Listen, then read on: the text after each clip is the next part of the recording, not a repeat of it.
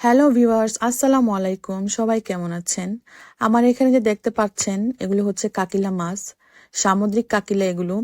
মাছগুলো অনেক বড় বড় ছিল, কাটার পরে এরকম সাইজের টুকরা হয়েছে। মাছগুলো যেহেতু সামুদ্রিক তাই এর গায়ে সবুজ সবুজ কালো কালো শ্যাওলা ছিল।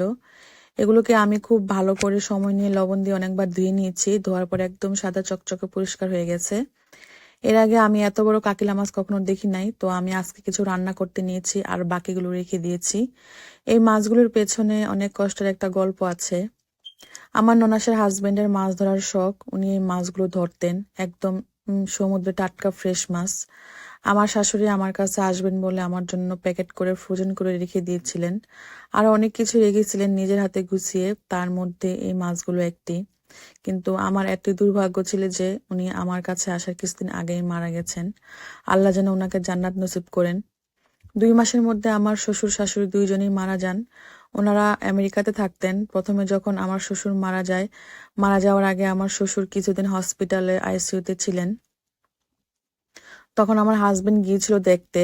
আমার হাজবেন্ড আমার শ্বশুরকে জীবিত দেখেছেন তা ঠিক, কিন্তু আমার শ্বশুর সেই অবস্থায় ছিলেন না তার ছেলেকে দেখার মতো। চিকিৎসাধীন অবস্থায় আমার শ্বশুর মারা যান। দ্বিতীয়বার আমার শাশুড়ি যখন মারা যান তখনও গিয়েছিল আমার শাশুড়িকে দেখতে। লন্ডন থেকে 2 মাসের মধ্যে 2বার যাওয়া হয় আমার হাজবেন্ডের আমেরিকাতে। তখন এই মাছগুলো এবং আরো যা যা রেখেছিলেন আমার শাশুড়ি আমার জন্য সবকিছু আমার হাজবেন্ডের কাছে দিয়ে দিয়েছিলেন আমার ননাস। আমার শাশুড়ির অনেক ভালোবাসা মিশে আছে এই মাছগুলোর সাথে। উনি সরাসরি এসে আমাকে দিতে পারেন নাই তা ঠিক, কিন্তু ওনার হাতেই তো রেখেছিলেন। ওনার হাতের ছোঁয়া এবং ভালোবাসা দুটোই আছে। খুবই কষ্ট লাগে ওনার দেওয়া জিনিসগুলো দেখলে। আল্লাহ যে কখন কাকে কোন পরিস্থিতির মুখোমুখি করে কেউই বলতে পারে না। সবাই সবার জন্য দোয়া করবেন।